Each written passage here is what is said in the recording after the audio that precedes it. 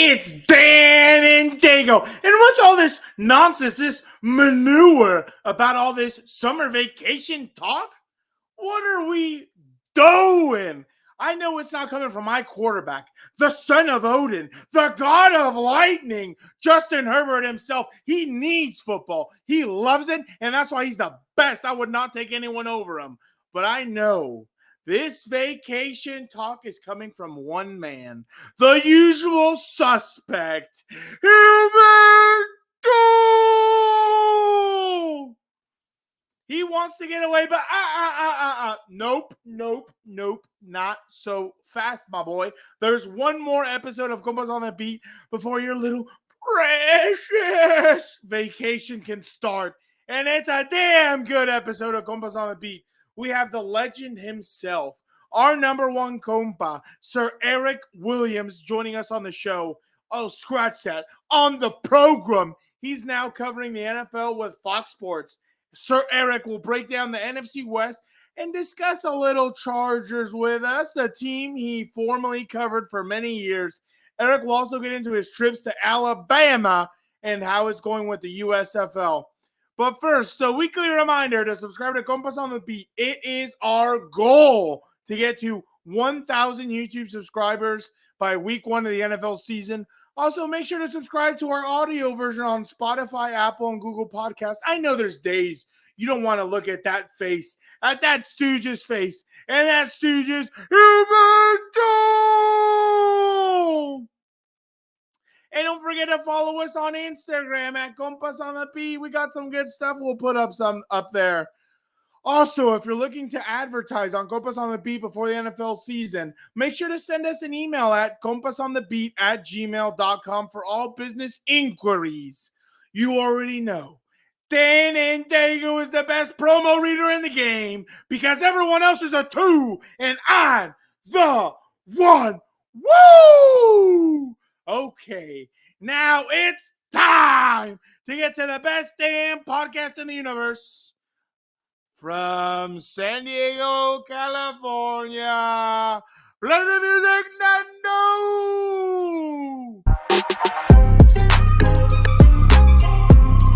Welcome to Compas on the Beat. I am Fernando Ramirez, Notre Dame football writer for the South Bend Tribune. With me, as always, my co-host, my tag team partner, Gilbert Manzano, Chargers reporter for the OC Register, LA Daily News. What's up, bro? Fernando, I got a what's up, bro, in person, not over the laptop where my ears still hurt, over the laptop, but also in person. I got it.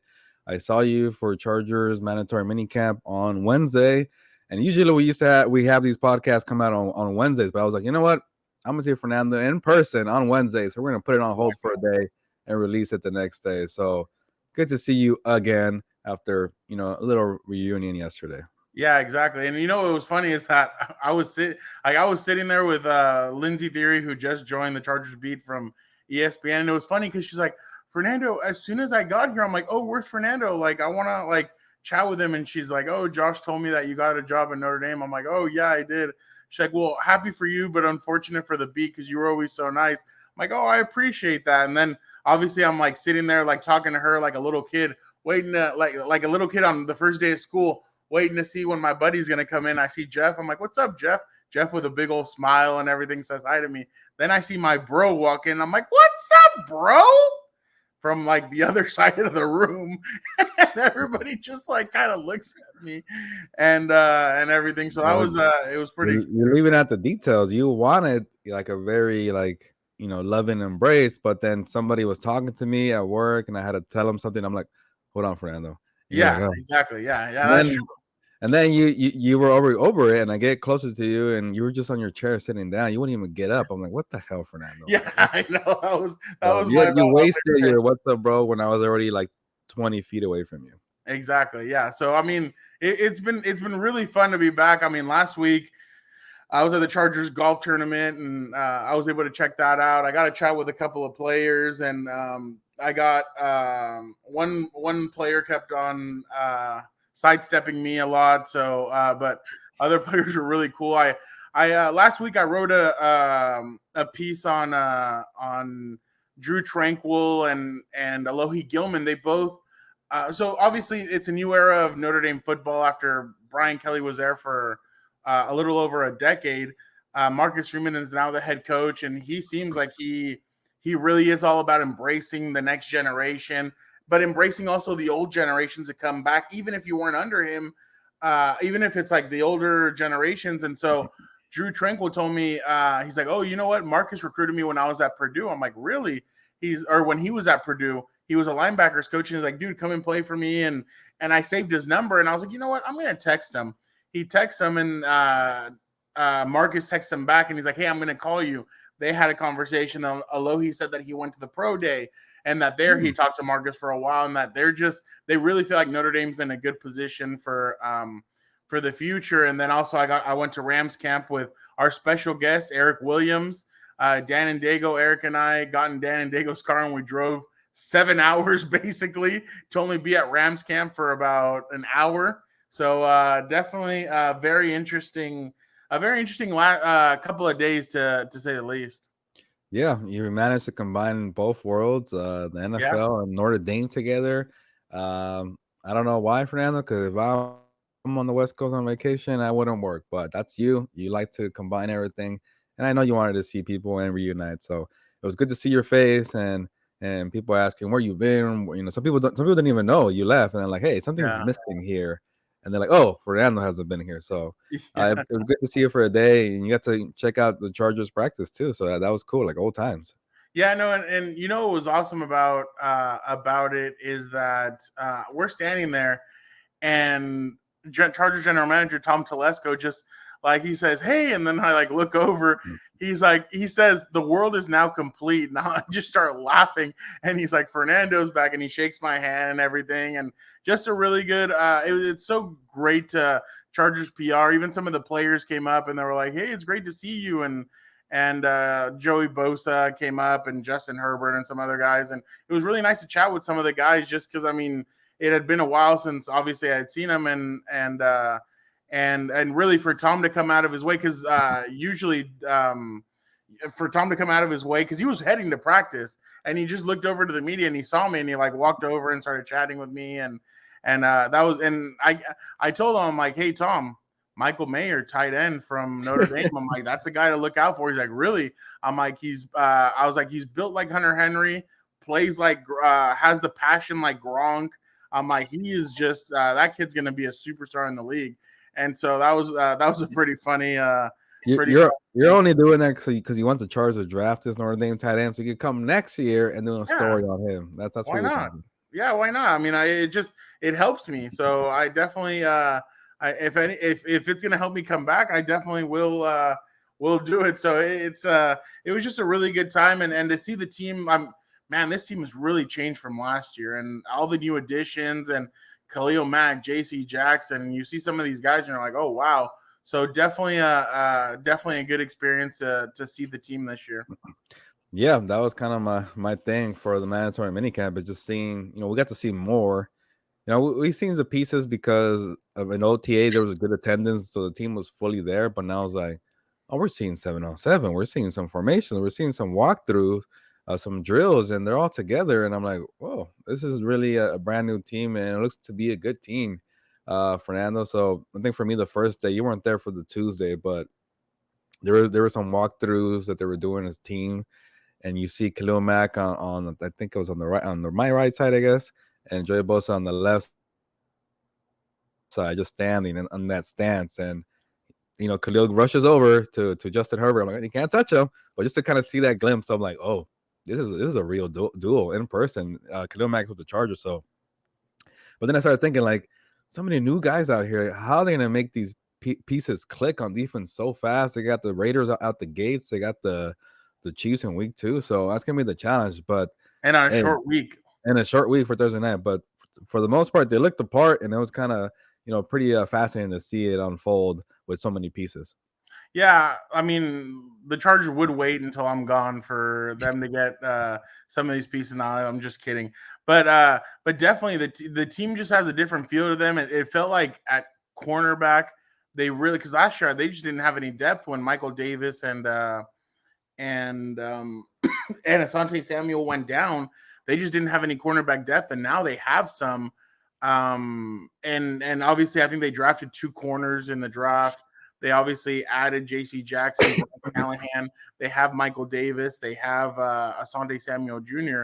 So now you see a little bit more depth, and then at safety, I think I saw that T.J. Woods had intercepted Justin Herbert JT Woods, Fernando, not TJ. on TJ. What did I say? JT. JT. JT. Oh, did I say TJ? Yeah. My bad. JT Woods. Get in the team already. I know. JT Woods, he intercepted Justin Herbert on Tuesday. So that I feel like brought some excitement to fans on Twitter, especially because they can't be there in person. But definitely the squad does look a little bit it looks a lot different this year. So you could definitely tell. And it feels like, man, if Joey's there, if Joey comes back for OTAs, that means everybody should be back for OTAs because Joey's Joey's usually a guy who he's out in Fort Lauderdale until it's time for a mandatory minicamp, and not because he doesn't want to be around the team or his teammates. His teammates love him; he loves them, but it's because he's getting ready and he's out there with his trainer and everything. So he's doing his own thing, and heck, that's been working for the last 6 years that he's been in the NFL.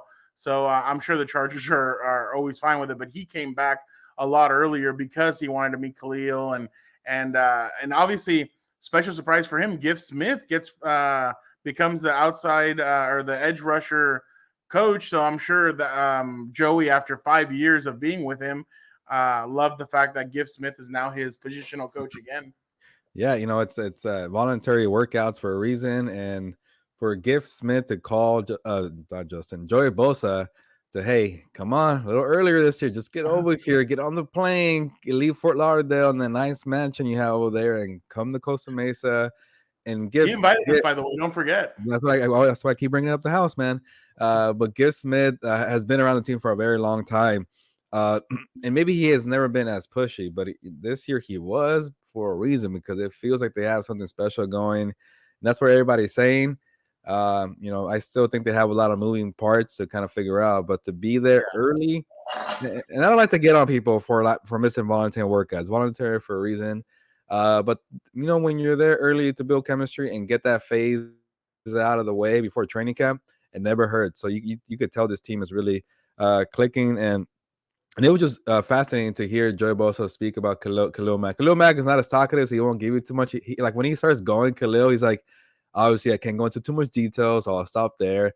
But Joey is different. He's like, yeah, me and Khalil are different pass rushers. We have different moves, but we're learning. We're going to try and make it work. And it was just funny when he told the story about how he found out about Khalil Mack. He was working out with his brother Nick Bosa, obviously star player for the 49ers. And he's like, hey, Joey, you just got a new teammate in Khalil Mack. And he's like, whoa, okay, let's work out now. Like, it just shows you how dedicated he is to his craft. And for him to leave his craft in Florida to go to the Chargers in Costa Mesa, it took a lot. But that's how excited he is, and for this team to make it work early. And guys, check out Gilbert's piece on the OC Register or LADailyNews.com on Joey and Khalil and how Joey came back and everything. It's a really good piece that really you guys need to check out. I mean, thank you. And obviously with me being out of the beat or whatever, I keep a close eye on the team because of Gilbert and because I read his stuff every single time that he tweets out articles. So definitely and support your local newspaper. So why don't you register for the OC Register? And if you're feeling even more and you want to keep up with Notre Dame and what I write, make sure you subscribe to the ndinsider.com, $4.99 a month. So definitely two good places Fernando, to find very good info. I just want to stop you there because you're giving plugs. I want to say one more thing. Yes, follow Fernando's work. Notre Dame Insider. He's the best out there. But I want to make it our goal, Fernando, because I appreciated all the new subscribers we got for the Kyle Van Noy video, and we felt the love for the Kyle Van Noy video. The comments, the likes, people enjoyed that. Like that's what we want. That's what we want to do on Compas, is give you good analysis, but also good interviews like that with Kyle.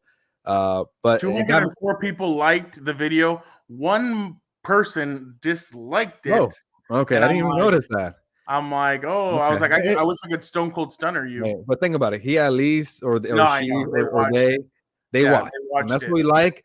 But we also want to get subscribers going. So when you guys subscribe to the newspapers, also it's much easier on YouTube. Yeah. Subscribe to Compas on the Beat. We want to get to 1,000 subscribers. That will help us out to do much more. When we get 1,000 on YouTube, it's a big deal. It's a milestone, and we could do a lot more with our looks here on the podcast, our equipment, our interviews, maybe some road trips. I don't know, Super Bowl, Fernando. I don't know, but if we get Ooh, it's 1,000. Arizona. Yeah, we get 1,000. That'd be a big help. I just wanted to say that. So you were Exactly. No, giving the yeah, plug. and definitely thank you guys for all you loyal listeners that have been listening to Compas since the beginning. It's been about a year and a half of good stuff, and we honestly have a lot more planned. But Gilbert, the team, it just feels like, and we'll get into this with Eric Williams, but man, the AFC West is just stacked. I mean, you look around and there's a lot, like, it's going to be I think it's going to be one of the funnest divisions. I'm surprised that not every game is on prime time in this division, but I mean, I understand CBS wants to keep theirs and stuff, but it's just crazy.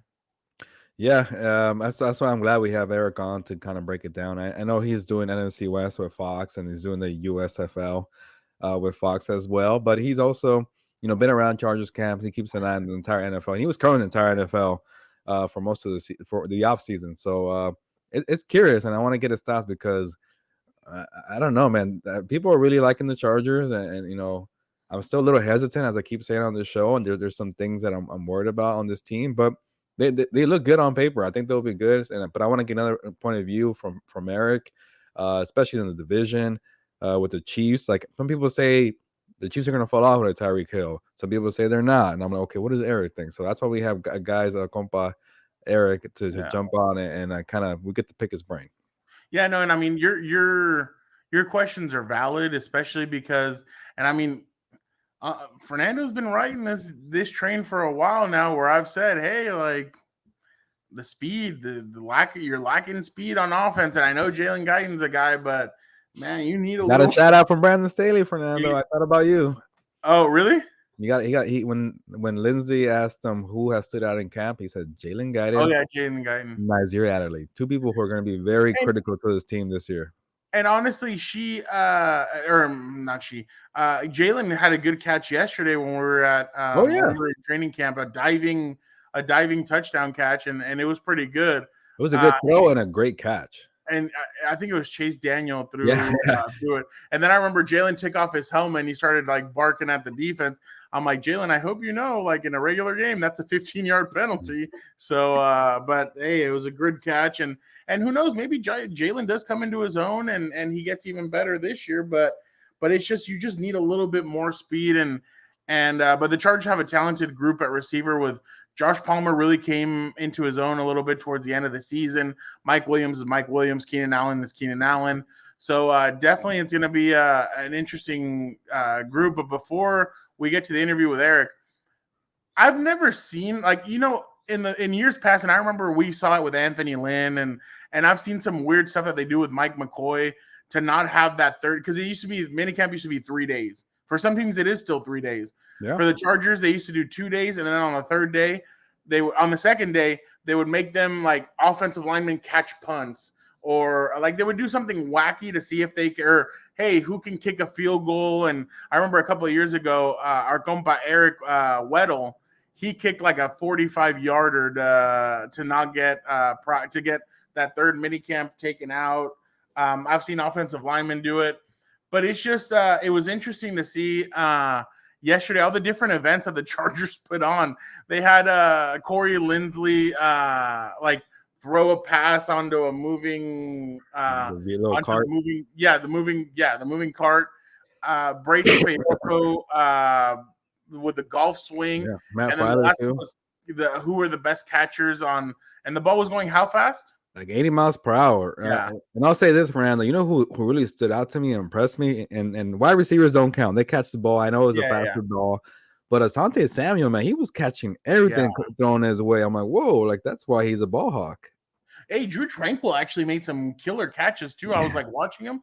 I'm like, look at that. Like, that's pretty good. But man, it was interesting to watch all the different. It felt like a carnival. Like they were just going through many different things, and I'm like, I've Well, never seen the obviously, golf one before. That was interesting. the golf one was interesting. And then Fayoko, I mean, obviously they're not going to have Justin or Keenan or one of the golf guys do it, but Braden, I've seen on social media, he's taking more interest in the golf game. So, so very interesting to see. But yeah, it was interesting to watch the guys, and you can tell, Gilbert, that Brandon wants this team, and like he says, he wants his team united. Like he wants everybody to come together, and that's why you do those dumb little games. I mean, to really unite the defense, unite the offense, all that stuff. So, so definitely, it was fun to watch the guys kind of goof around and do their thing yesterday. Yeah, but you know what's the best part? When it ended. It's vacation time. Off-season program is finally done, Fernando. And you know, I get the off-season programs to kind of build some camaraderie. Did I say the word right? Camaraderie. Here you go. Make an inside joke. Chemistry and all that, and yeah, and kind of install the offense and the defense, special teams, all that. But it doesn't get real till the pads come on. So I really don't care that much. Yeah, you see some plays here and there, but training camps when it happens, you get the full practice. I'm ready for that, but I'm ready for this 5-week vacation. Justin Herbert is not, but that's okay. Well, I mean, yeah, you're talking about a guy who loves to play the game. I mean, Justin, what are your thoughts on this? I think the great thing about football for me is I need football. Football's fun.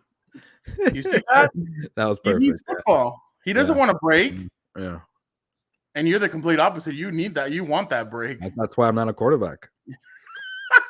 Man, when I saw him say that, I was like, oh, poor Justin. It's like he's so hurt that they want to break. And there's something in those eyes, Gilbert, that there's something different in those eyes. He looks like he looks hungry. But now let's get to that interview with our good compa Eric Williams and have him catch us up on what it's like to be Eric Williams on a 7-hour car ride with Dan and Dago, Gilbert's ultimate dream, obviously, and catch us up on NFC West talk. Gilbert, our next guest is a compa of the compas, one of the highest out there, a compa nonetheless. It is Eric Williams, Fox Sports NFL writer. Eric, thank you so much for jumping on with the compas.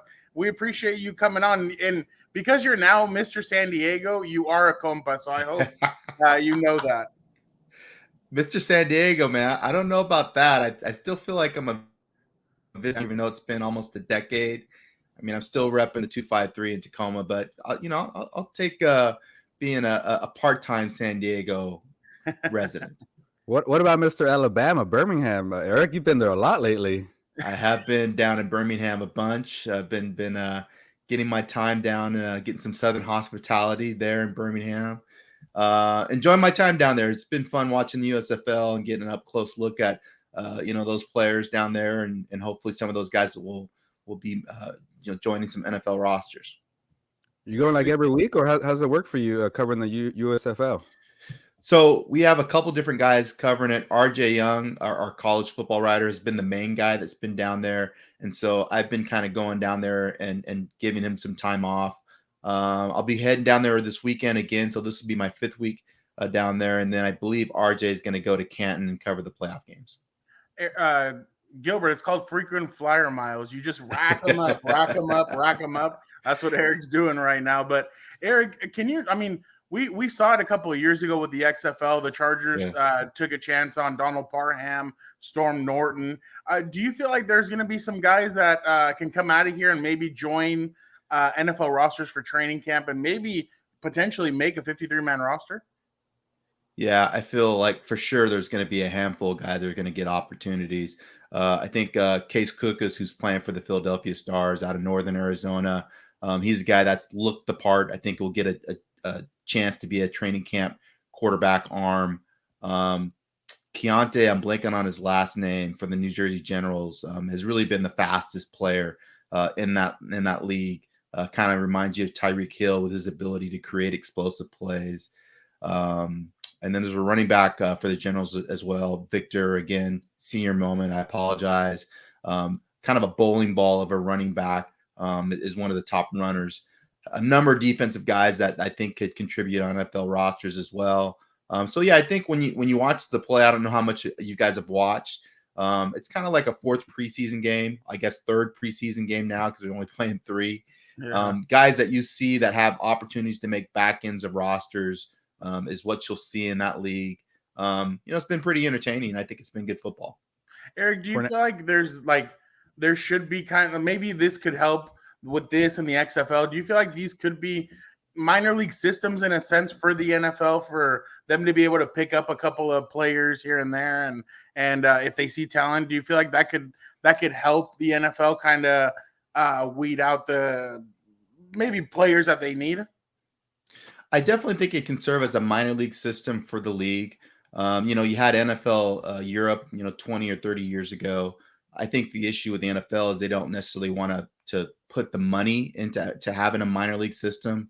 But certainly when I've been down there, you're seeing the NFL use the referee system. So guys that are college referees are getting an opportunity to kind of ref there, and then NFL is evaluating those guys. And so you'll see NFL referees that are in this system get an opportunity to maybe be officials in the National Football League based on evaluations that are happening right there.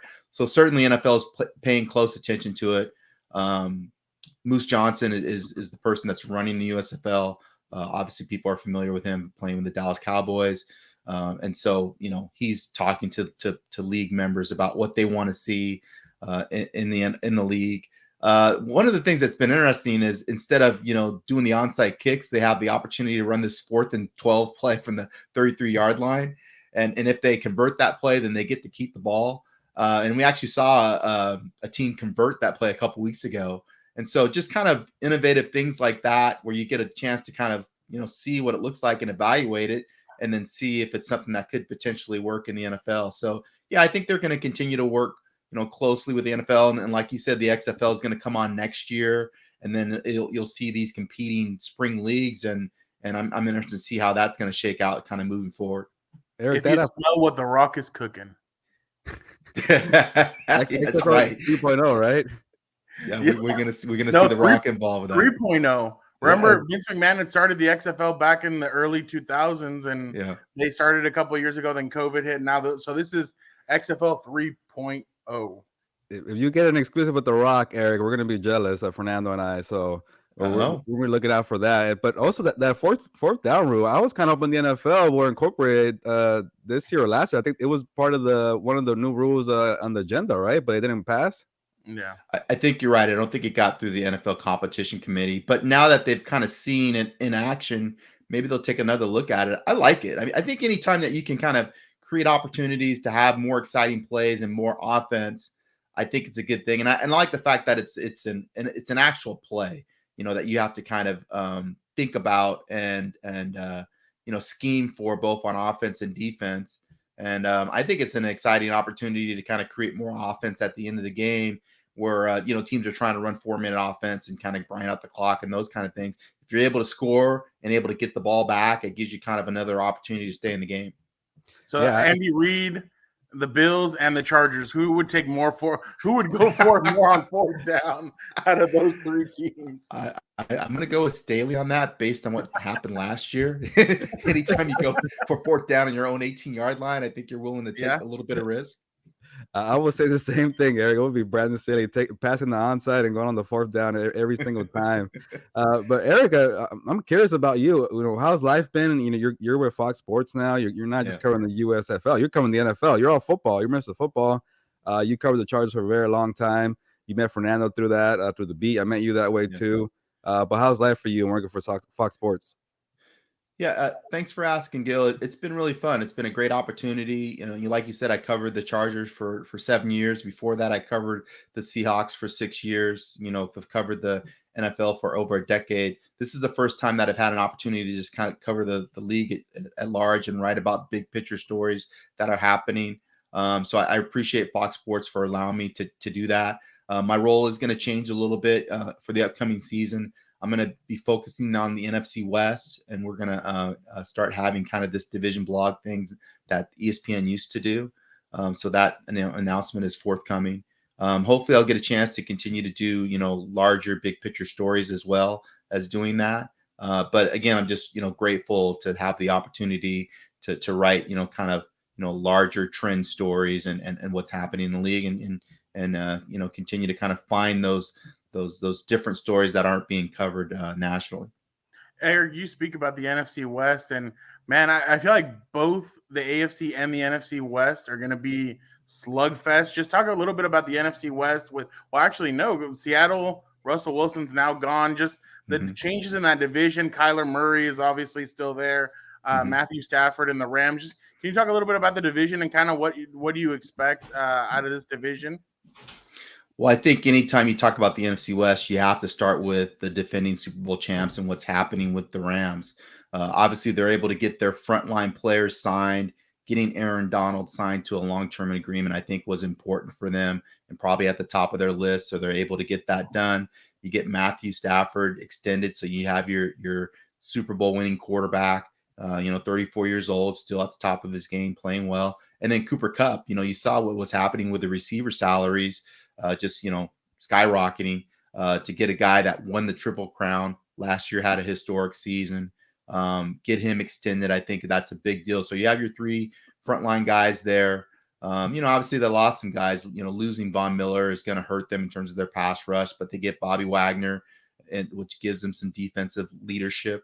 And then now we'll see what happens with Odell. If they're able to bring him back, who I think obviously performed well in that offense, a guy that they liked in the locker room. So I think they're kind of set to defend and to go after a repeat performance as Super Bowl champions. You mentioned the Seattle Seahawks. They move on from Russell Wilson, trade him to the Broncos. Now it's Drew Lock and Geno Smith competing for the top spot. I don't know if you feel confident about how that's going to turn out if you're a Seahawks fan. But I have confidence in Pete Carroll kind of figuring things out because he did that, the first couple of years that he was there.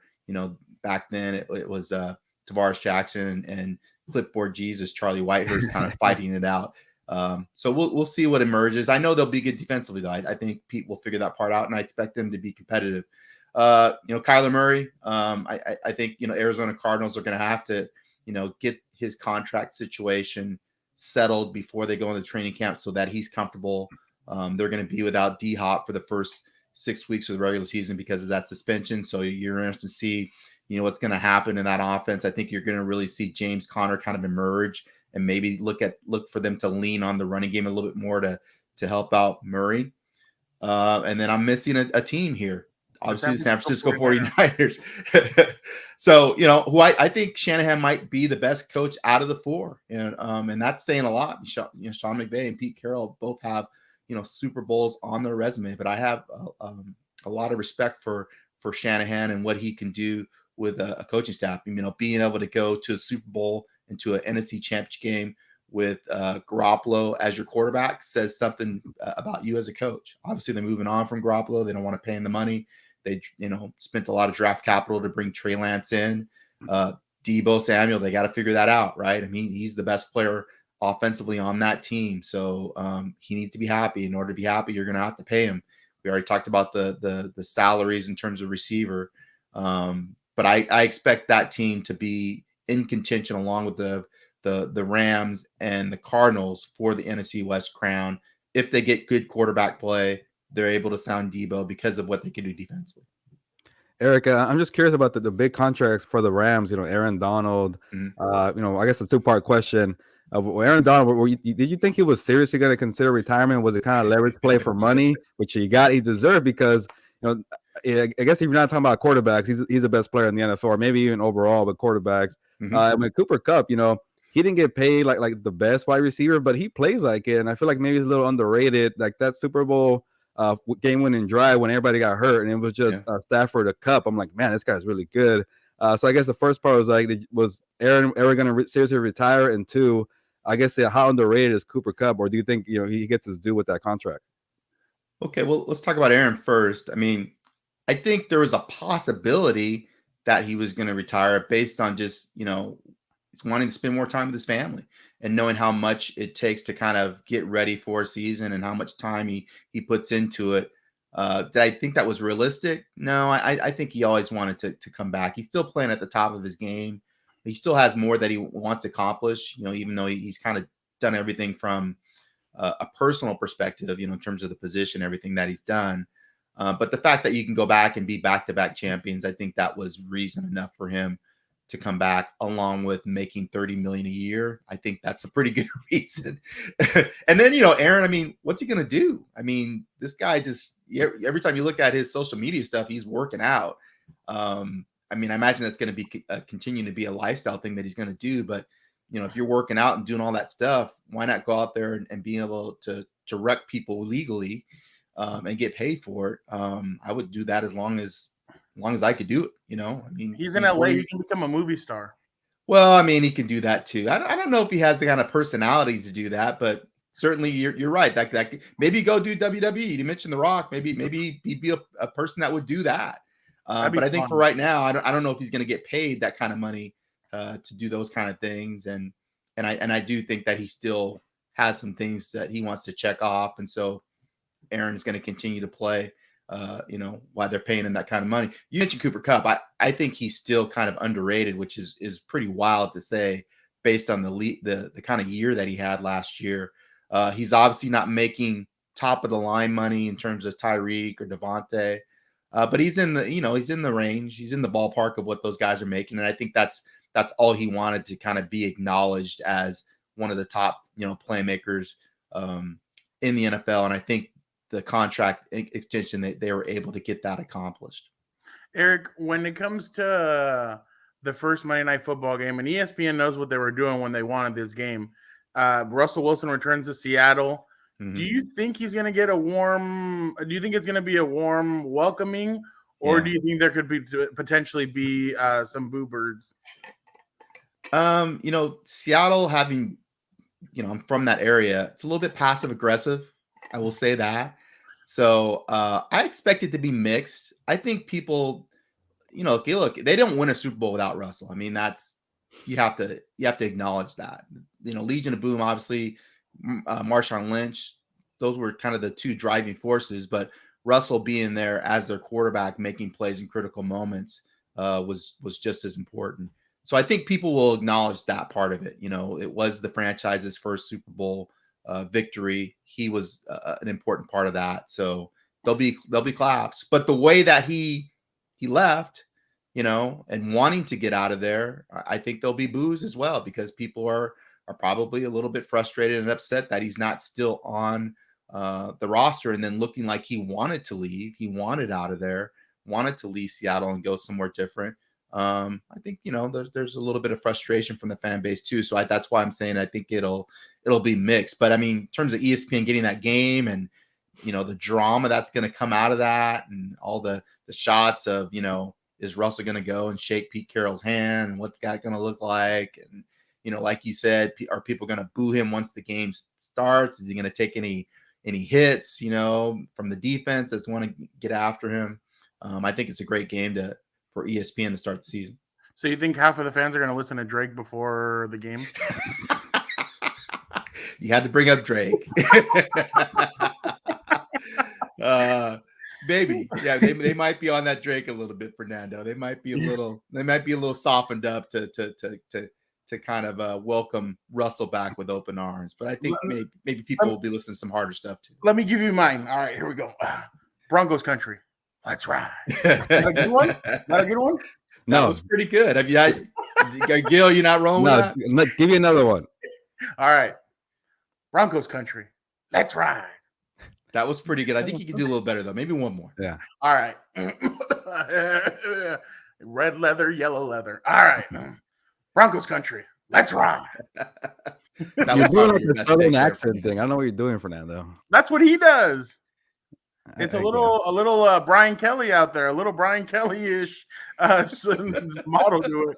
But Gil, I know you're waiting to ask Eric about last week. You can go ahead and ask him. He's ready for it. Last week? Oh, I'm already forgetting. Well, when we went up to Rams, he was privileged enough to go up to the Rams with Daniel and myself. I know you've been wanting to ask that question. I don't know how you did it, Eric, to go from San Diego all the way to Thousand Oaks and the traffic with Dan Diego, known as Fernando's brother. He just talks too much. I don't know how you did it, Eric. It was 3.5 hours each way with traffic. Let's just say that I was entertained for the entire trip. You could call it that. I don't want to get into specifics in terms of conversation and what was said. It was a wide-ranging conversation with Daniel and Fernando, but they did keep me entertained and well fed. We made some stops along the way to make sure that we had our nourishment going up to the Thousand Oaks and back, and we survived. That was the main thing. We made it through. I'm assuming the Chargers came up a couple times, Eric. So I'll ask you about the Chargers before we let you go. Obviously, you're running the NFC West for Fox, but you were at their Chargers camp, a couple weeks ago. Yeah, you've done some stories on Derwin James, Justin Herbert, mm-hmm. and I asked Fernando this question because he's been around the team. He knows the team. He grew up in San Diego, and I started thinking like, there's a lot of hype for the Chargers, more than usual. Like, Eric, the cycle of the offseason where people really like the Chargers, but it feels like more. How about for you? Does it feel like more hype, and is it warranted? It feels like the same, having covered the team. Okay.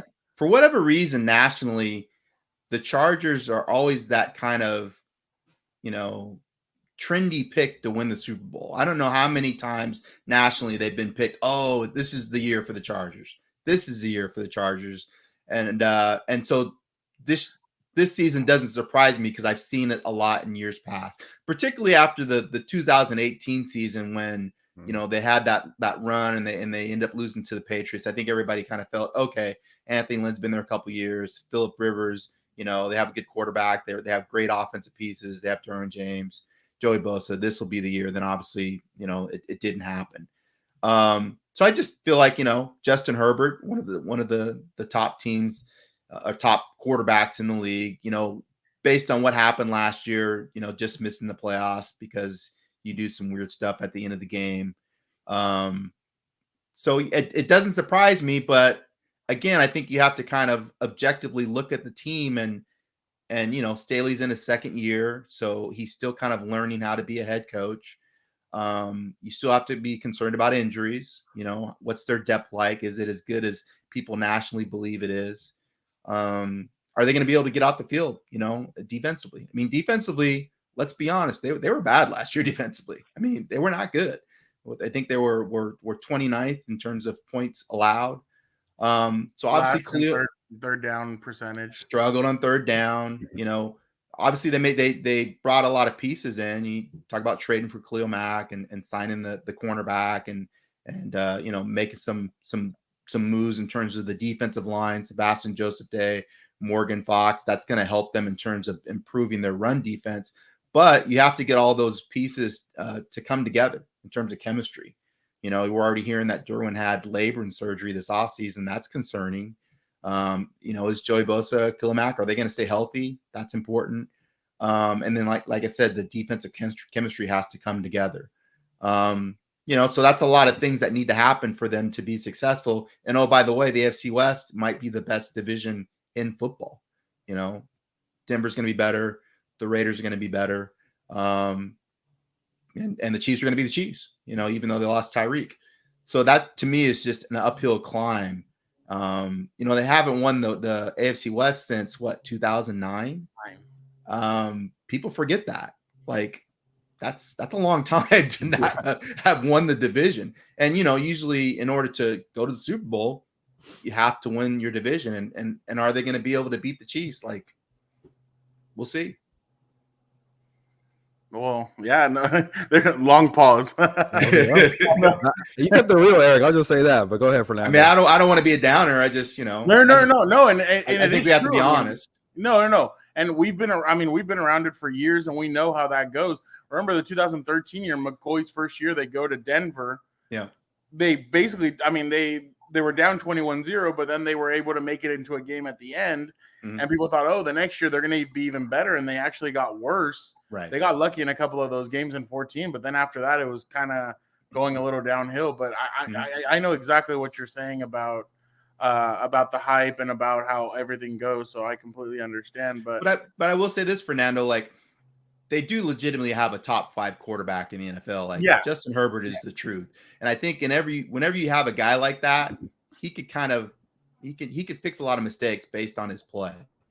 And so if Justin goes out there and balls out, I mean, I could definitely see this team going, 11-6 and and maybe sneaking into the playoffs, or winning the AFC West at 11-6, and they certainly have the possibility to go on a deep playoff run. I just feel like it's not a foregone conclusion that we're going to see. Because I think where you're going, game. and I feel like where you're going with this, and this is just my opinion, is the defense. I mean, the defense, like last year, Justin balled out, and Right. it was the defense, a couple of plays from the defense that just completely derailed what could have been maybe a wild card berth or a wild card berth in the first year of Brandon Staley and Justin Herbert's second year.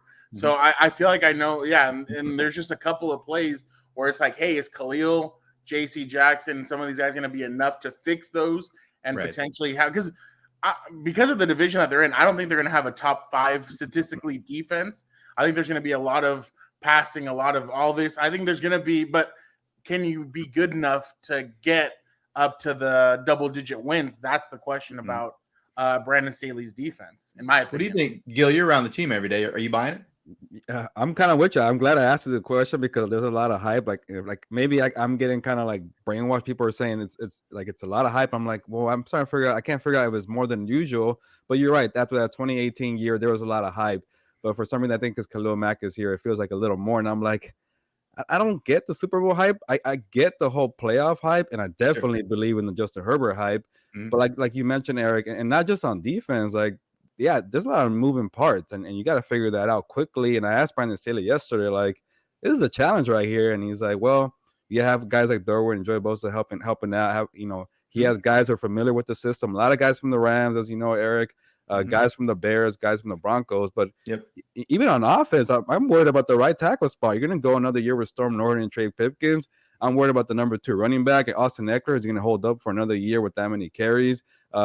Who's your burner? Is it going to be Jalen Guyton again? You know about Jalen Guyton, Eric, covering the team. So there's a lot of question marks and holes. But you're right. When you have Justin Herbert, he's going to keep you in the hunt. So when I look at this team, I think wild card. I don't think division winner. But and also you made a good point. You got to win a division to win the Super Bowl. So I'm not ready to rule out the Chiefs. I don't know what you guys think. I know Fernando is giving his opinion, but I still think the Chiefs are going to be the Chiefs. And the Raiders have gotten better, and the Broncos. I don't know what you think, Eric, about the rest of the division. I'm particularly bullish on the Raiders, just because I think Josh McDaniels is one of the best offensive, coaches in the league. So I expect that to help Derek Carr. Getting Devontae Adams is huge. One of the best receivers in the NFL. That's going to improve them offensively. And I think they were already pretty solid on offense. The one concern with the Raiders has always been defense. Do they have the defensive pieces to compete in that division when you talk about the Chiefs? And then I just feel like, even though the Chiefs lost Tyreek Hill, they still have a lot of playmakers. Mecole Hardman is still there. Travis Kelce is, I'm assuming, going to be the same guy. He's a pretty good player. They bring in Juju, bring in the other receiver from Green Bay. I think they'll be able to run it enough to create balance. And then they have, some continuity on defense. And so and Patrick Mahomes is in the draft.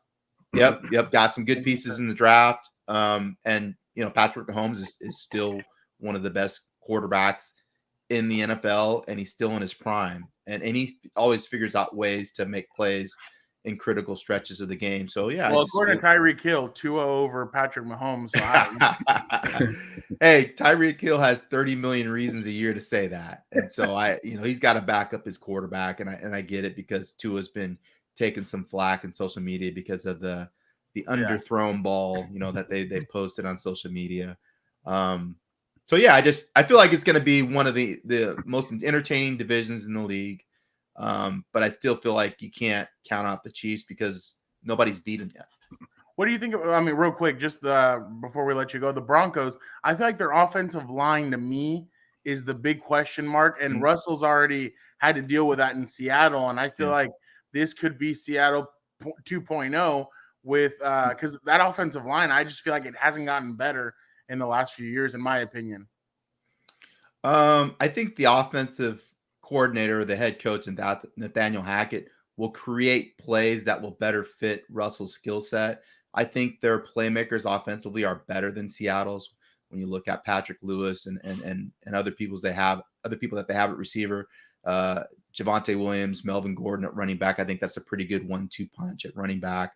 And so I just think there's more playmakers there on offense. Yeah, you're right. I think that the O-line's a little concerning, but I think they'll with schematics they'll be able to kind of mask whatever deficiencies they have on the offensive line. But I feel like with Denver, not a lot of people are talking about the fact that Nathaniel Hackett is a first-year coach. Yeah. And as you guys know, that transition in your first year is huge because now you're just not, calling plays. You're the CEO of that organization. You're the face of the franchise. And there's a lot of things that they have to do and manage, throughout the day and throughout the week that kind of take you away from what you would normally do as an offensive play caller. And I think, there's going to be some hiccups.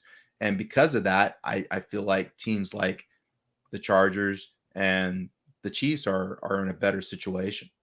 So they're going to need Nathaniel Hackett to ride. That's what you're basically saying. The Broncos country is going to need Nathaniel Hackett to ride along with Russ and everybody else. Well, Eric, we enjoy always having you on the show. Thank you so much. Eric, let everybody know where they can follow you on social media. Yes, well, sorry, on Twitter, because I don't know if your Instagram game or your TikTok game is that strong. My TikTok game is not where it needs to be. I'm working on that. Maybe you can hit me up afterwards so you can help me out with that, Fernando. You know what? Daniel's actually better at that than I am. That both of us are, I think. Oh, that's one of the things that we did not talk about during our 3-hour ride up to Thousand Oaks. But you can find me on Twitter at Eric_D_Williams. You can find me on Instagram at EDubNFL. I'm working on my Instagram game. And then you can find my work on foxsports.com. And it's obviously great work. Eric, thank you so much for joining the Compas. Again, I follow him on all things social media because he's trying to improve his game. I am. I'm trying to work on it, like with the help of my boy Fernando here and Gil, and others. Anybody want to hit me up and help me out with social media, I'm here for it. Help out, Eric. Thank you so much, Eric. All right. Appreciate you guys. It was so good to hear Sir Eric Williams' voice on this here, your favorite program. He's the best in the game, and he kept it real. Plenty of good insight from that Wonderful interview. Okay, we have one more segment before Herbert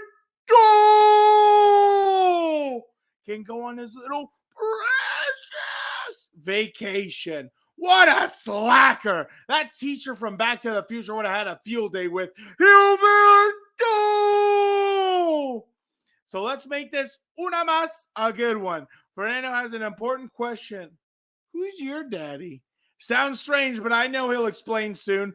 For now, goodbye. But Dan and Diego will see you very soon for training camp. Now let's get to una más. Gilbert, as always, great stuff from your boy Dan and Diego. Great stuff from Eric. Really breaking it down. And I was thinking, Gilbert, man, it'd be fun. And I mean, if maybe for the Super Bowl, if you, Dan and Diego and I, and maybe even Eric, we get into a car and we put those dash cams that they put on like the Kardashians and all these other shows. And we're just like, we show kind of a little bit of the conversation on what happens when you're in a car with the Compas and Dan and Diego. Maybe you're going to have to censor a lot of it and bleep it out. And that's why sometimes it's you got to keep the conversations private. But yeah, no. I'm curious, Fernando. Is our next guest going to be Pedro Martinez? What's up with who's your daddy? So obviously, like I love the Yankees hat too, by the way. Oh, I know. Well, the Yankees my daddy. I love when people put like questions on Twitter and like they put graphics and stuff. So I saw this one and I was like, oh, hopefully Gilbert will be a good sport about it because I think it's funny. So who's your sitcom dad? So we have Tim Taylor of Home Improvement. No. We have Danny Tanner of Full House. No. Carl Winslow of Family Matters. Philip Banks, Fresh Prince of Bel-Air. Dan Connor, Roseanne, and Al Bundy from Married with Children. Now, before I do this, Al Bundy, I hope would be my uncle because I think Al Bundy's hilarious. So Al Bundy's my uncle, so he's taken out. He's my uncle. So I'll let you go first. Who are you choosing? So you cut 4, right? Is that what it is? It's 6. Yeah. So you take 2. You're taking 2 and you're cutting 4 out. Okay, I'm definitely getting rid of Tim Taylor. I don't want to hear that stupid annoying. Yeah, I don't want to hear that. Danny Tanner is just He's too much. He's too much R.I.P. of a hands-on dad. Yeah, RP. But Bob Saget seemed like a cool guy, but Danny Tanner, no. Can I tell you why Danny Tanner? I'm not saying yes or no.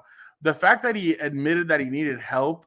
I mean, not a lot of people would admit that they need help. He went, he got his best friend and his brother-in-law. They came in and they 3 guys raised. You know what? I feel like that was kind of a spinoff of 3 Men and a Baby. Have you watched that movie ever? 3 Men and a Baby with God, I forgot his name. But it's a really famous movie that you should check out. It's back in the 80s, but basically a baby gets left at this guy's doorstep, and him and his best friends are like raising it together. So I think it's kind of I feel like they came out with maybe it's something like that. Yeah, 3 Men and a Baby is a good movie, but my bad. Continue. So Carl Winslow. Yeah, you got a good point, man. It's cool to have a couple your buddies or uncles helping out, but then Uncle Jesse was still all your girlfriend, so you don't want that around. Yes, he's gone. I never liked Roseanne, so John Good. Yeah, cut it out. I remember that. I never watched Roseanne and I like it, so John Good. I wasn't a big fan either. So he's out. I think he's a great actor, and I think he's funny. But I mean, well, bad. We're talking about the person. Yeah. But I thought Dan Connor was actually funny on the show, but I just didn't really care for the show all that much. I don't know if you watch Family Guy, but there's always like a scene on John Goodman that makes me laugh, or like he's with his family and it's like he's eating all the food, and it's like, why aren't you guys eating? There's never any food left. So I don't remember that. I don't remember that on Family Guy, but he's gone. Then it gets tough. I like Carl Winslow. He was in Die Hard, right? He's good. Yeah. He was the cop that. Yeah. Wow. Imagine he was a cop for that. And then I like Philip Banks. He's a RIP to him.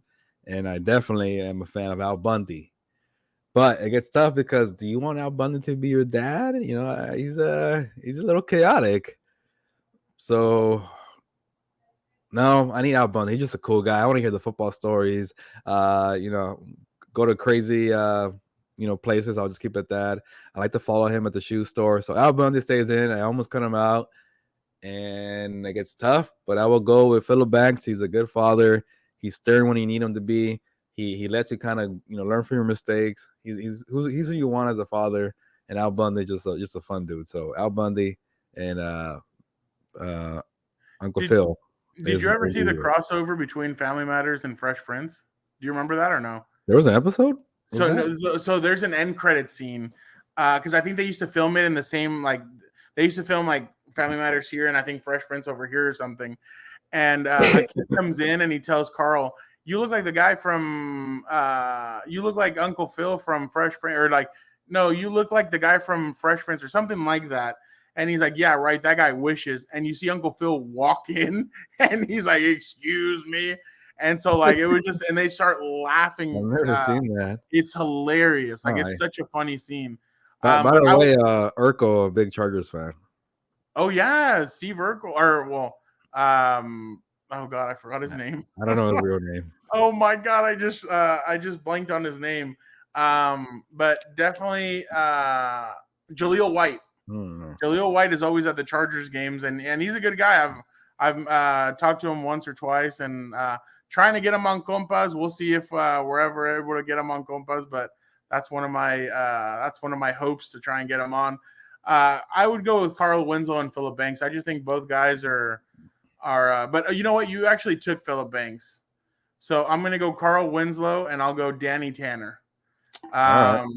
Yeah. So you took Philip Banks. I just thought Uncle Phil was just this guy who at the beginning, he's so tough on Will, but he's tough because he knows that Will could do so much better. So I just thought those scenes, there were just so many powerful scenes with Philip that you're just like, wow, it just shows the actor that that Uncle Phil was. And then obviously Carl Winslow is a great father, and he's always trying to keep up with his kids, but at the same time he took in Steve Urkel, even though he was annoying, a pain in the butt, all that. He really learned to love Steve. And then obviously, like I said, Danny Tanner asked for help, he got it, and he was able to raise his kids. So I'm going to go Danny Tanner, Carl Winslow. Al Bundy is my uncle, so I'm definitely all for that. But But Gilbert, another great episode. Guys, we just want to let you guys know we will be taking a break from Compas on the Beat. It's just time for Gilbert to get go on it's my idea. Yeah. No. Gilbert to go on vacation. I'm obviously gonna head back to South Bend in a couple of weeks, and I have a lot of stuff to do to prepare for before the season. So Gilbert and I will be taking some time off, but we will be back. We'll be back with some new thoughts, new ideas. We're going to be coming back with a whole brand new load of guests. So we're definitely excited about the future of Compas on the Beat, but it is a little bit needed that Gilbert and I kind of take a little bit of a break. Yeah.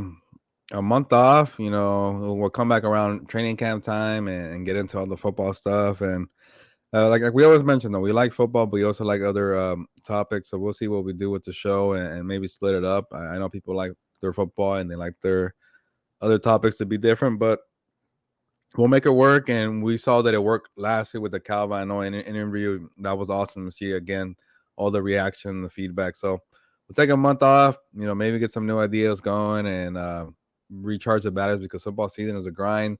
Fernando, you're a different kind of football, college football. I'm sure that'd be just much of a grind, but on a Saturday instead of a Sunday.